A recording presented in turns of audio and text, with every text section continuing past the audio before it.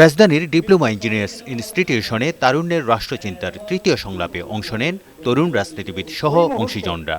একমাত্র প্ল্যাটফর্ম ছিল বাংলাদেশ জাতীয়তাবাদী ছাত্রদল, যারা অন্যায়ের বিরুদ্ধে কথা বলেছে। এতে অংশ নিয়ে এনসিপির মুখ্য সমন্বয়ক হাসনাত আব্দুল্লাহ বলেন, রাজনীতিবিদদের হাতে থাকতে হবে। ফ্যাসিস্টদের শক্তিধর সহযোগীদের বিরুদ্ধে এনসিপি বেশি সরব ছিল বলে দাবি করেন তিনি। এখানে জামাতে ইসলামীর প্রপোজড অনেক এখানে উপদেষ্টা হয়েছে, এখানে বিএনপি প্রপোজড অনেকে উপদেষ্টা হয়েছে, কিন্তু এই গভর্নমেন্টের যত ধরনের ব্যর্থতা, যত ধরনের সীমাবদ্ধতা, আমাদের প্রত্যাশা এবং প্রাপ্তির মধ্যে যে দৃশ্যমান ব্যবধানটি রয়েছে, সেই ব্যবধানটির পুরোটা দায়ভার এনসিপির নিতে হয়েছে।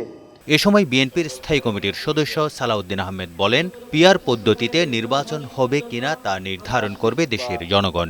দাবি আদায়ে জনগণের ওপর জোর খাটানো উচিত নয় বলেও মন্তব্য করেন তিনি। সব আপনারা কি নির্ধারণ করে দিয়েছেন বিএনপি বিরোধী দলে যাবে নাকি জনগণ করবে? আপনারা যখন এত বেশি কনফিডেন্ট হলেন, আত্মবিশ্বাসী হলেন যে সরকারি দল হবেন, তাহলে নির্বাচন না আসেন না কেন? আজকে এই বাহানা, কালকে এই বাহানা, পরশু এই বাহানা দিয়ে নির্বাচনকে বাধাগ্রস্ত করতে চাচ্ছেন কেন? এই সরকারের দায়িত্বে আসাটা আমার মনে হয় সেটা তাদের সঠিক বিবেচনার সিদ্ধান্ত হয়নি।